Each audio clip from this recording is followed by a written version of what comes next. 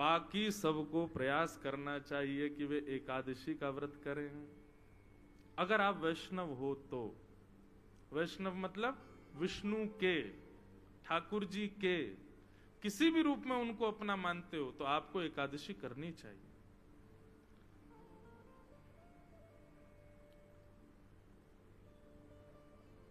महाराष्ट्र में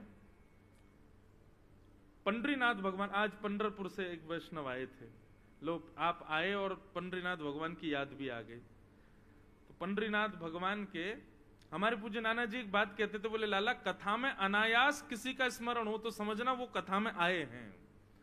अगर पंडरीनाथ भगवान का स्मरण हुआ तो निश्चित है पंडरीनाथ भगवान कहीं ना कहीं बैठे होंगे यहीं पे। हनुमान जी का स्मरण हो जाए अनायास तो सोचो हनुमान जी आए, शंकर जी का हो जाए शंकर जी आए हैं। तो श्री पंडरीनाथ भगवान के एक परम भक्त थे श्री नामदेव जी महाराज। नामदेव जी का नाम सुना है सबने? नामदेव जी की बड़ी अद्भुत कथा है। नामदेव जी की जो माता जी थी ना, उनको बिना विवाह के पुत्र प्राप्त हुआ था नामदेव।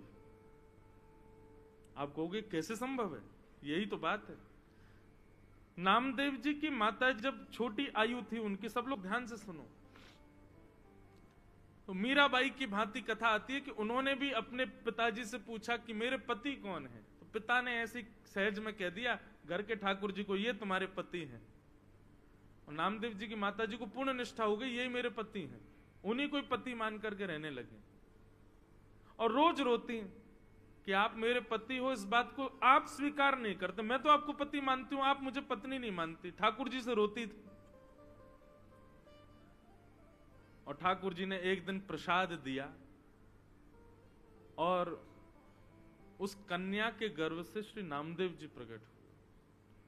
महाराज पूरे गांव मोहल्ले और शहर के लोगों ने निंदा करनी प्रारंभ कर दी, लेकिन नामदेव जी की माताजी ने अपने पिताजी से रोते हुए कहा, मैं किसी की सौगंध खा के कहूं पिताजी, ये पुत्र साक्षात विट्ठल भगवान का ही है। आप मुझ पर संशय नहीं कीजिएगा, संदेह मत कीजिएगा। संशय होने लगा लेकिन सबको, तब आकाशवाणी हुई और आकाशवाणी में स्वयं ठाकुर जी ने कहा कि यह बालक हमारा है और नाम ही इसका धन होगा, जीवन पर्यंत ये नाम के आश्रय पे ही रहेगा, इसलिए इसका नाम होगा नामदेव। ऐसे नामदेव जी महाराज।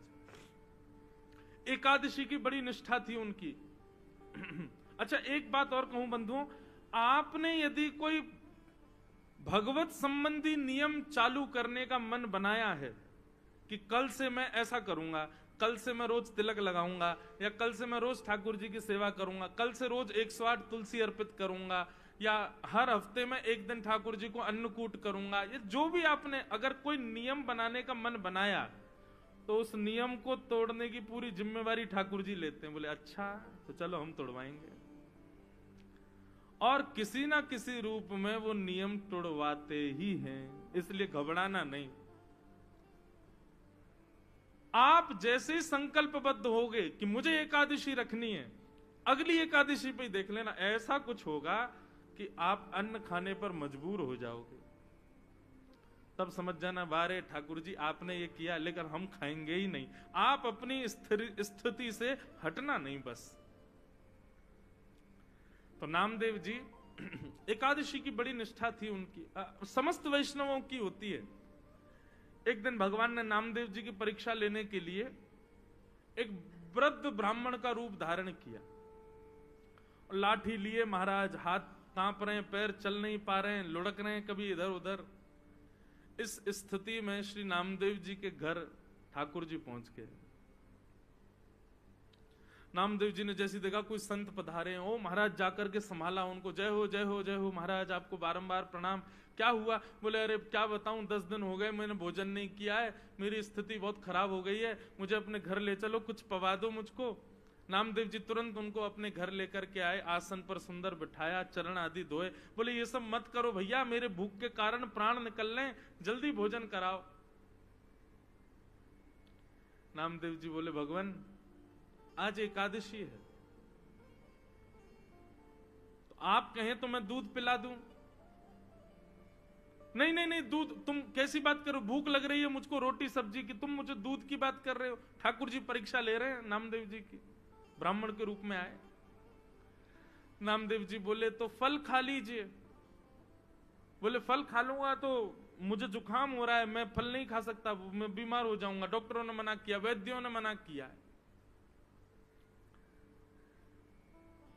नामदेव जी बोले तो फिर क्या आपको अर्पित करूं बताओ।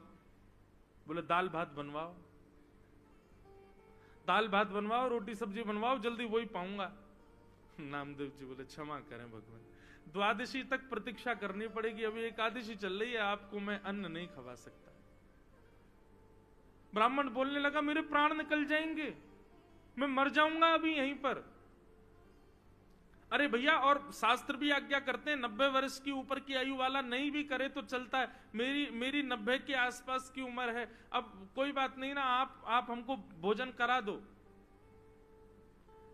नामदेव जी बोले भैया क्षमा करें, ना हम खाएंगे ना हम खाने देंगे, ये एकादशी का नियम है, ये तो करना पड़ेगा आपको। बोले मेरे प्राण निकल जाएंगे, मर जाऊंगा, तुमको अच्छा लगेगा तुम्हारे घर पर आकर के कोई ब्राह्मण भूखा मर जाए?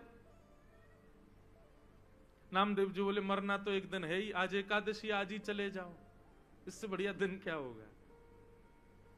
ब्राह्मण ने महाराज चिल्ला चिल्ला करके मोहल्ले वाले बुला लिए सारे। बोले देखो ये नामदेव अपने आप को बहुत बड़ा भक्त कहता है, पूरे पंढरपुर में इसके चर्चे होते हैं, ये भक्त है, देखो ये क्या कर रहा है। सबने कहा भैया क्या हो गया? नामदेव जी बोले आज एकादशी है, ये 10 दिन के भूखे हैं, कह रहे हैं भोजन कराओ, हम कह रहे हैं एकादशी है, द्वादशी तक प्रतीक्षा करो, और पाना है तो फल पालो, दूध पी लो।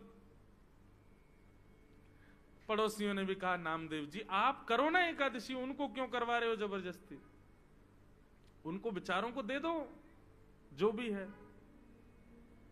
नामदेव जी बोले क्षमा करो, मैं इनको अन्न नहीं दे सकता। अब तो मोहल्ले के लोग भी बुरा भला कहने लगे। बोले नामदेव ऐसी कौन सी भक्ति होती है कि तुम जबरदस्ती दूसरे के ऊपर थोप रहे हो कि करना ही पड़ेगा। सब लोग गए, महाराज जी आप चलो हमारे घर चलो, हम आपको बना के पवा देंगे। नामदेव जी सामने आ गए, बोले जाने भी नहीं दूंगा, मुझे पता चल जाए कि एकादशी और कोई अन्न खाने बैठ रहा तो मैं थाली उठा के भाग जाऊं, मैं नहीं खाने दूंगा। अब तो महाराज ठाकुर जी नाटक करने में तो ठाकुर जी एक नंबर है, हाथ पांव कांपने लगे ठाकुर जी के, और महाराज गिर पड़े, मुंह से झाग निकलने लगा। बोले नामदेव मेरे प्राण निकल रहे हैं, कुछ तो दे दो। अपने बच्चों को बैठाया, बोले सुनो कीर्तन करो, ठीक है आप प्राण त्यागो, वैकुंठ में जाइयो, वहां जाके ठाकुर जी से कहना वो पवाएंगे आपको। सब लोग नामदेव जी को गाली देने लगे, लेकिन नामदेव जी नहीं माने, और महाराज करते करते करते ठाकुर जी ने ब्राह्मण के वेश में ऐसा प्रतीत कराया कि उनके प्राण निकल गए। और जैसे ही प्राण निकले, मोहल्ले के लोग, पंढरपुर के लोग नामदेव जी को खड़ी खोटी सुनाने लगे। बोले अरे नामदेव ब्रह्म हत्या लग गई तुझे, ऐसी कौन सी एकादशी है, ऐसी कौन सी एकादशी जिस पर तू इतना ज्यादा मचल रहा है, आज तुझे ब्रह्म हत्या लग गई। नामदेव जी के नेत्रों से अश्रु आने लगे, चरणों में प्रणाम किया, तुलसी की माला लाकर के उस ब्राह्मण देवता को पहना दी।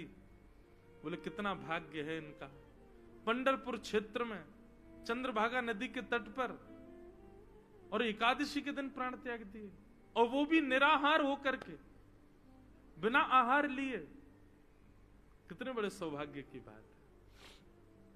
देवी अपनी पत्नी से बोले अब हमको ब्रह्म हत्या लग गई है, ठीक है एकादशी के लिए ही सही, लेकिन हत्या तो हो गई, कारण तो हम ही लोग बने। अब ठाकुर जी तो हमारे हाथ की सेवा स्वीकार नहीं करेंगे, और अब तो हम नाम जाप करने के भी अधिकारी नहीं है, क्योंकि ब्रह्म हत्या लग गई।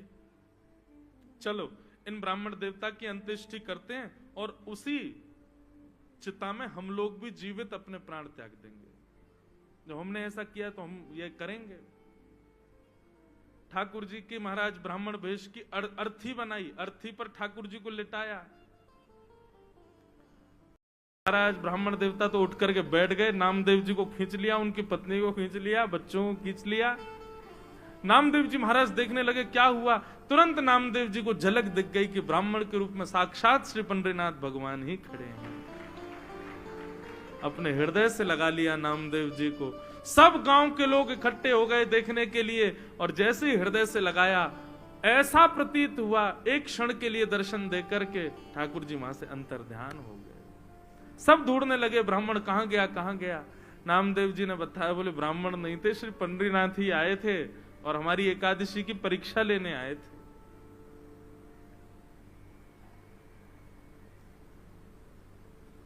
ऐसी बंधुओं ये निष्ठा है, ये कोई व्रत नहीं है, ये आपका प्रेम है ठाकुर जी के प्रति। उसको प्रेम की तरह ही इजहार करो उसका। नियम जब बन जाता है ना तो वहां प्रेम नहीं रहता। ठीक है, एकादशी एक नियम है, पर उसको प्रेम की तरह पालन करो कि हमारा प्रेम है ठाकुर जी के प्रति, कि हम आज आपके लिए हम अन्न नहीं पाएंगे। महीने में 2 बार हर वैष्णव अपने ठाकुर जी के लिए एकादशी का व्रत करते हैं। तो ऐसी एक